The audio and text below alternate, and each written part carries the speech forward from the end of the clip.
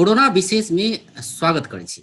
एहि कार्यक्रम में निरंतर हम सब सरोकार वाला निकाय ओहिसँ संबंधित पक्ष सबसँ बातचीत करैत आयल छी। विशेष कऽ कऽ कोरोना के जखन बात कयल जाय कोरोना के संक्रमण बढ़ैत जा रहल छै नेपाल में।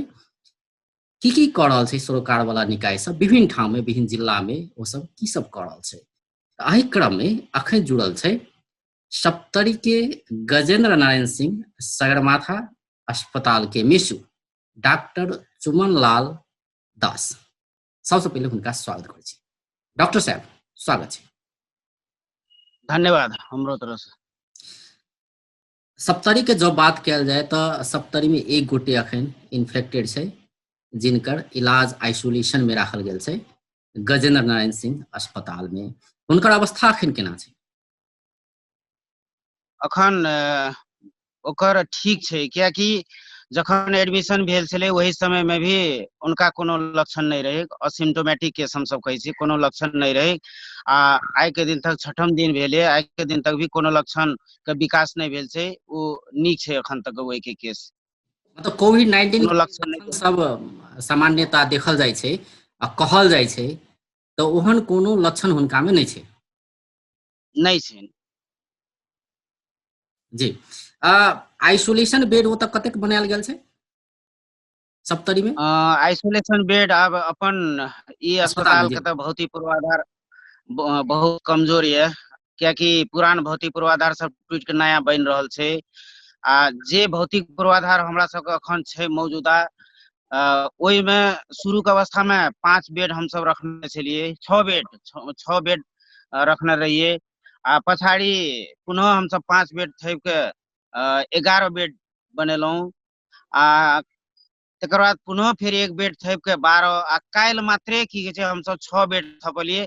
तखन कुल मिला के 18 बेड हम सब की कहै छै आइसोलेशन तैयार करने छियै। अखन हमरा सबके हाथ में अखन 18 बेड ये आइसोलेशन के।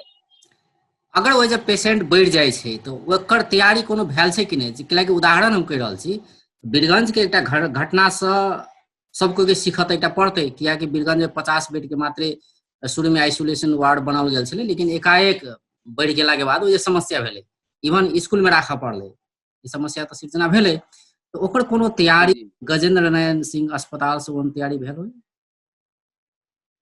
एकदम अवश्य। वो तो अब अखन का तो और संवेदनशील अवस्था आबि गेल छै।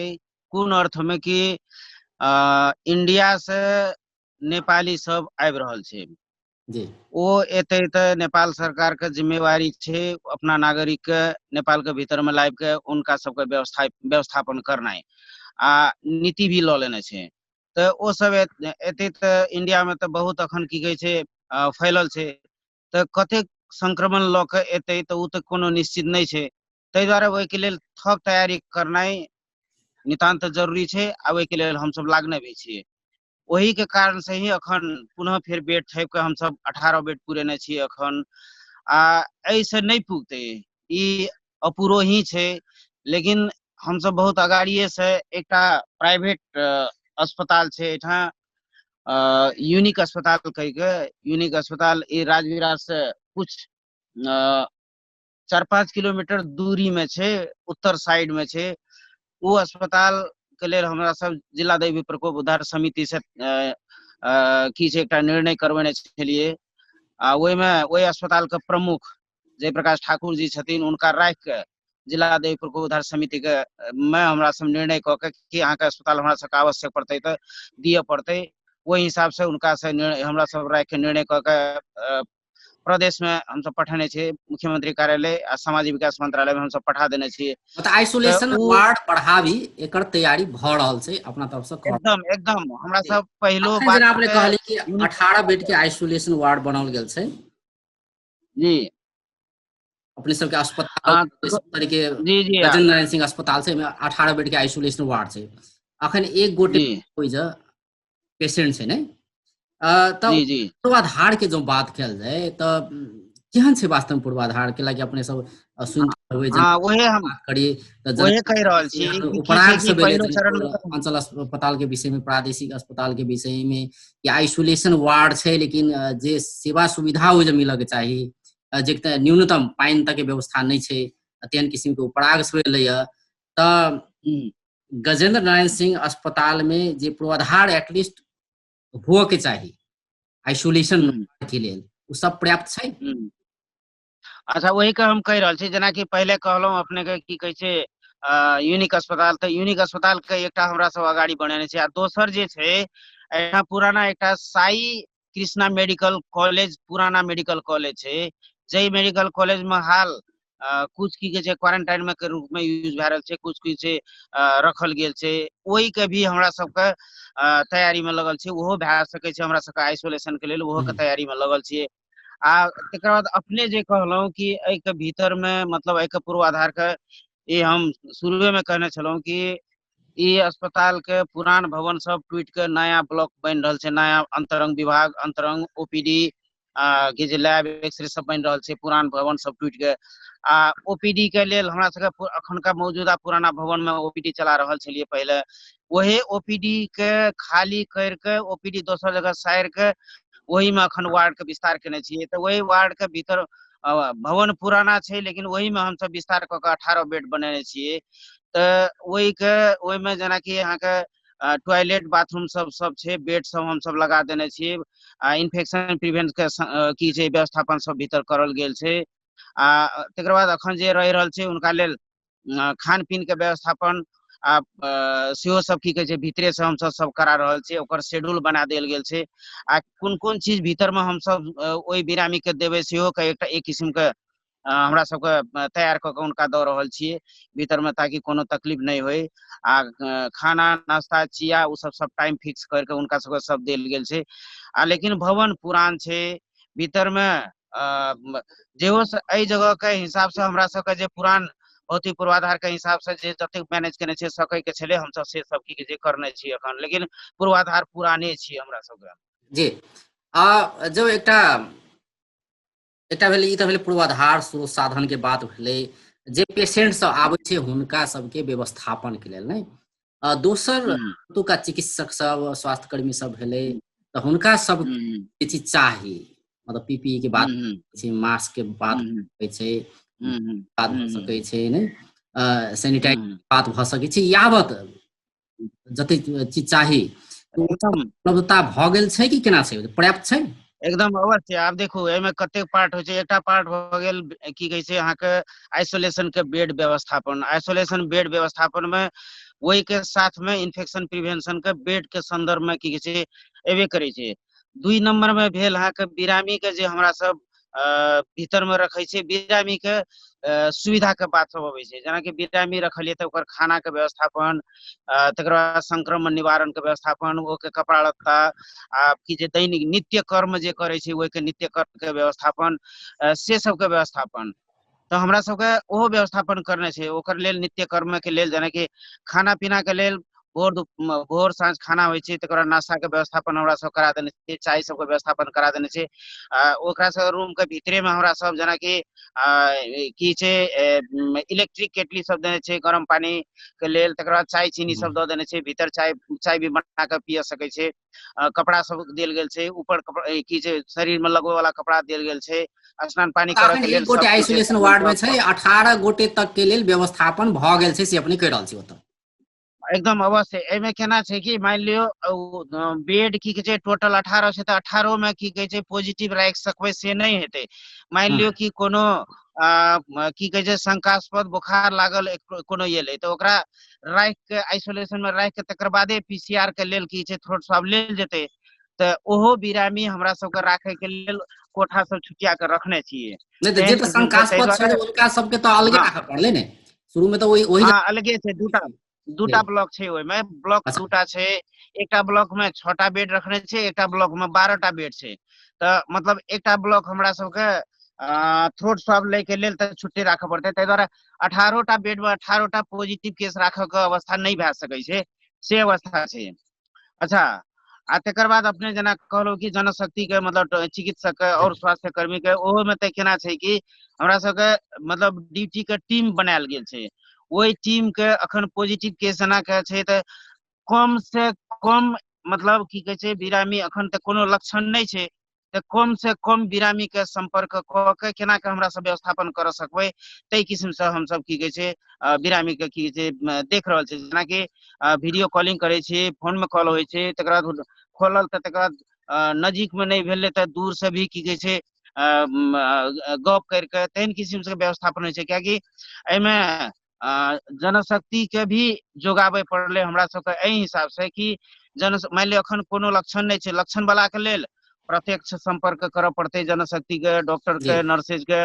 आ जेकर लक्षण नहीं छै अप्रत्यक्ष संपर्क हेतै तऽ तऽ ओहि अखन ई जे अनुसार के लक्षण काज बिना भऽ वाला रहल छै। सब जी डॉक्टर साहब, जेना एकदम अवश्य। अपने सर हाँ अ, हाँ जे इक्विपमेंट के बात करी, जे पीपीई के बात करी, हाँ हाँ मेडिकल इक्विपमेंट सब अपने सबके चाही, जे इसेंशियल एकदम आवश्यक हम छै इलाज के लेल, हम कहि रहल छी। पर्याप्त छै? अगर पेशेंट जे बढ़ै छै तऽ ओते पर्याप्त अपने हाँ सब छियै? हाँ एकदम हमरा सबके अखनका हक में, कियाकि संघ संस्था सबसे, सरकार से, संघ संस्था सबसे आब उ सबसे की कहै छै सर सफाई के सामान भेलै, पीपीई भेलै, एहि सब तकर बाद टेंट छै, ई सब चीज की छै हमरा सबके सहयोग की कहै छै भेल छै। जेनाकि संघीय सरकार से भेलै, प्रदेश सरकार से भेल छै, यूनिसेफ से भेल छै, सेब से भेल छै। जी। तहिना अहाँके की केंद्र कहै छै सरकार आ प्रदेश सरकार से जे सहयोग के जो बात कल जाए, तऽ की सब ठोस जे मुख्य मुख्य सहयोग सब, चाहे आर्थिक सहयोग के बात कर हाँ या और सामान जेनाकि कऽ देने होय, हाँ ओहि के एकदम बात करी तऽ की सब प्रदेश सहयोग भेल छै? जेनाकि अहाँके प्रदेश सरकार तऽ आर्थिक सहयोग एकटा पार्ट छै। जेनाकि संघीय सरकार से भी आर्थिक सहयोग भेल छै, तहिना संघीय सरकार से पीपीई, तकर बाद अहाँके की छै वीटीएम कहै छै, से वीटीएम से सब आ तकर बाद मास्क, ग्लोव्स, ई सब की कहै छै केंद्रीय सरकार से सहयोग भेल छै। तहिना सेम चीज वीटीएम, पीपीई, मास्क, ग्लोव्स ई सब चीज की कहै छै, तकर बाद आर्थिक सहयोग प्रदेश सरकार से भी भेल छै। आ तकर बाद अहाँके तहिना किस्म से संघ संस्था सब छै से भेलै, तैके यूनिसेफ भेलै, और प्राइवेट ऑर्गेनाइजेशन सेहो सब छै, उनका सबसे भी की छै अहाँके पीपीई, मास्क, ग्लोव, साबुन, फिनाइल, की छै हार्पिक, बाटा, बाल्टीन, तेहन किस्म से की कहै छै ई स्प्रे, ई सब की छै सहयोग भेल छै से मतलब एनजीओ आईएनजीओ सबसे से सब सहयोग छै हमरा सबके। जी। आ प्रदेश सरकार से की सहयोग भेलै अखन तक?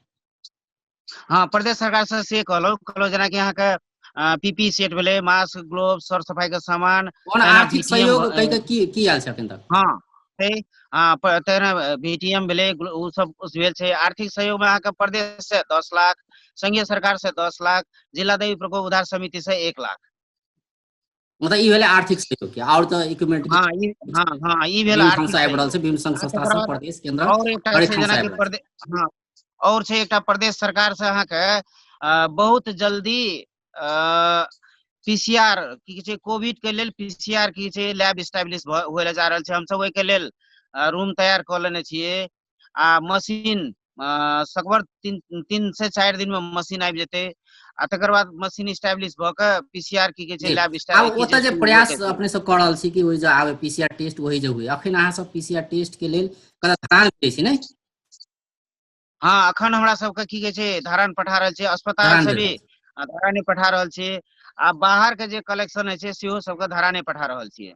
जी। ई पीसीआर टेस्ट के गति कते छै, कतेक भऽ रहल छै, केना छै? आब एना छै मतलब पीसीआर टेस्ट गति एरंग छै की कहै छै आब मुख्य समय अखन आयल छै हमरा सबके।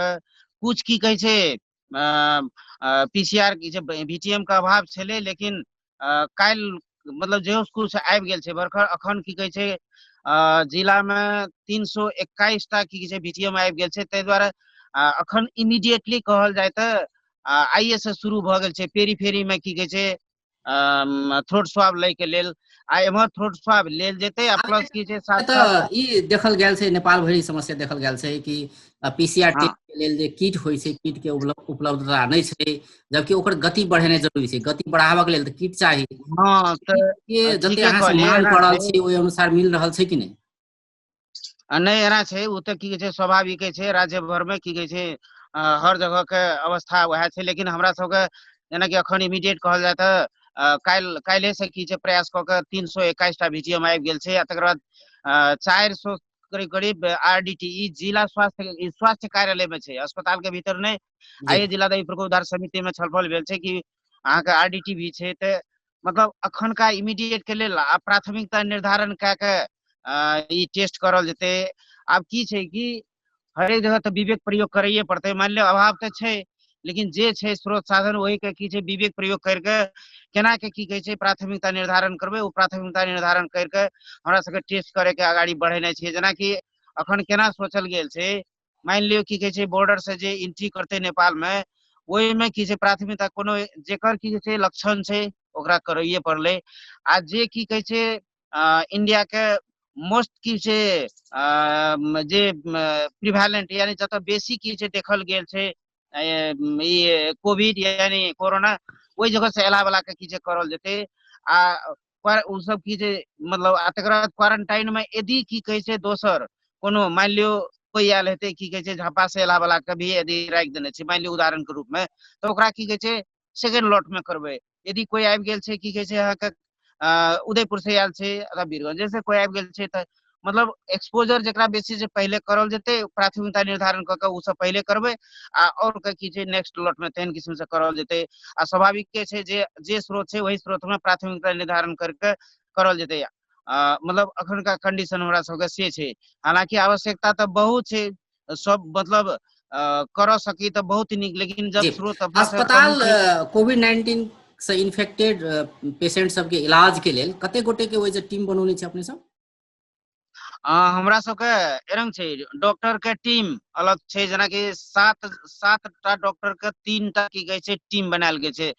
तो 7 टा डॉक्टर में 7 डॉक्टर एके बार हम सब आब अखन का तक केस एकटा छै, एकटा से जी एकटा केस में हमरा सबके एकटा केस में मान लो 7 डॉक्टर यदि की छै एहि में एक्सपोजर भ जाइ छै, तो जखन बेसी भीड़ हेतै तो हमरा सब तो ओहि में की कहै छै नहीं कए सकबै, तो कियाकि एक्सपोजर भेलै तो उनका सबके पुनः 7 दिन तो हमरा सब क्वारंटाइन में रखऽ पड़तै। ताहि दुआरे अखन के उ 7 आदमी के टीम केस बेसी भ जेतै तो ओहि में किस्म से 4 आदमी इमरजेंसी, 3 जी की छै 7 दिन के लेल रोटेशन में हेतै। आ अखन एकटा केस छै, ताहि दुआरे उ 7 आदमी के टीम इफेक्टिव नहीं छै। हमरा सबके अखन ओहन मतलब एके आदमी से चलि रहल छै से कहल जाय। नर्सिंग के की कहै छै 4 आदमी छै, तहिना के स्वीपर की कहै छै 2 आदमी, 4 2 6 1 7 मतलब यदि बेसी केस भेलै तो 7 टा डॉक्टर के टीम ही रहतै। लेकिन जी अखन हमरा सबके पैरामेडिक डॉक्टर स्वीपर मिला के 7 टा के टीम मतलब जी तेहन किस्म के छै। आ ओहो में जेनाकि अपने अपने के नेतृत्व में दूटा जिला देल गेल छै अखन, जेनाकि हाँ सरी आ सिरहा ने दूटा के कोऑर्डिनेट कर हम्म देल गेल छै ने, हाँ हाँ सरकार से निर्णय भेल छलै। तऽ जेनाकि सिरहा में सेहो आइ एक गोटे इन्फेक्टेड भेटलै। आब तऽ प्रदेश के 8 जिला भऽ गेलै इन्फेक्टेड ने, ओ तऽ हरेक जिला से हम्म भेट रहल छै। सिरहा से समेत भेटलै, तऽ सिरहा के सेहो अपने सब इलाज कर रहल छै, सिरहा के जे पेशेंट भेटलै हुनका? हाँ तो एकदम ई गप तो हमरा सब पहले से व्यवस्थापन में लागले छियै। बिहान से भी हमरा सब सलाह करल छलियै, कियाकि मुख्य रूप से आब कोविड की कहै छै कोविड के व्यवस्थापन के लेल एहिठाम हमरा सब कंसल्टेंट डॉक्टर रंजीत झा छथिन, उनका से बैठ के हमरा सबके पहले से भोरे से कि केस यदि एकटा देखल गेल छै, यदि एते तो हम सब की करबै, तऽ सिरहा के हमरा केस सबके तो सेहो स्वाभाविक ओतै छै नहीं सुनू ने, छै? हमरा सब की कहै छै वो केस राखे के लेल एहिठाम यदि राखे के लेल रेडी रहिए। लेकिन साइड बाय साइड की कहै छै पहिलो से गप भेल छलै कि गेनाइ महेंद्र सिंह गेनाइ अस्पताल में भी नीक छै, ओहिठाम रखला से और बेटर हेतै। तऽ कोऑर्डिनेशन भेल छलै, डॉक्टर नागेंद्र प्रसाद यादव से कोऑर्डिनेट भेलै, जी उनका से गप भेलै, कहलकै नहीं हम सब की कहै छै महेंद्र सिंह गेनाइ अस्पताल में रखलिए। हम कहलिए नीक मतलब के लिए सिरहा में वही जे ठाम रखलिए। कोविड-19 भेटलै पेशेंट हुनका हाँ सिरहे में राखल गेल छै। हाँ महेंद्र सिंह गेनाइ अस्पताल सिरहा में रखल गेलै। जी डॉक्टर हमरा सब रेडी रहिए, लेकिन ओहो नीक छै कियाकि पहले से भी सलाह करल गेल छलै। ओहो की कहै छै उ नीक छै, अहाँ के हाईवे से उत्तर छै, आइसोलेटेड जगह में छै, आ ओइठा रखला से कोनो भी सेवा की कहै छै अवरुद्ध नहीं हेतै। ताहि दुआरे उपयुक्त जगह उपयुक्त की कहै छै अस्पताल छै ओइठा। जी अंत में डॉक्टर साहब अगर अपने के कहऽ पड़े अखन का जे स्रोत साधन होय या जनशक्ति के बात भऽ सकै छै, जाहि हिसाब के तैयारी हुअ के चाही, कते कऽ लेलियै अपने सब, प्रदेश सरकार के या केंद्र सरकार के कुछ कहऽ पड़े कि और किछु अते किछु भऽ जैती तऽ नीक रहितियै, हमरा सबके सेवा दियो में नीक रहिती, ओहन किछु कहऽ पड़े की कहबै अपने? हाँ एकदम अवश्य। हमरा सब की कह रहल छियै कि अखन मान लो 2टा जिला के तो जिम्मेवारी एठा गजेंद्र नारायण सिंह अस्पताल के ई में छै, आ वही के मतलब जे महेंद्र सिंह गेनाई अस्पताल में की जे अखन रखल गेल छै, लेकिन कते केस हेतै से नहीं छै।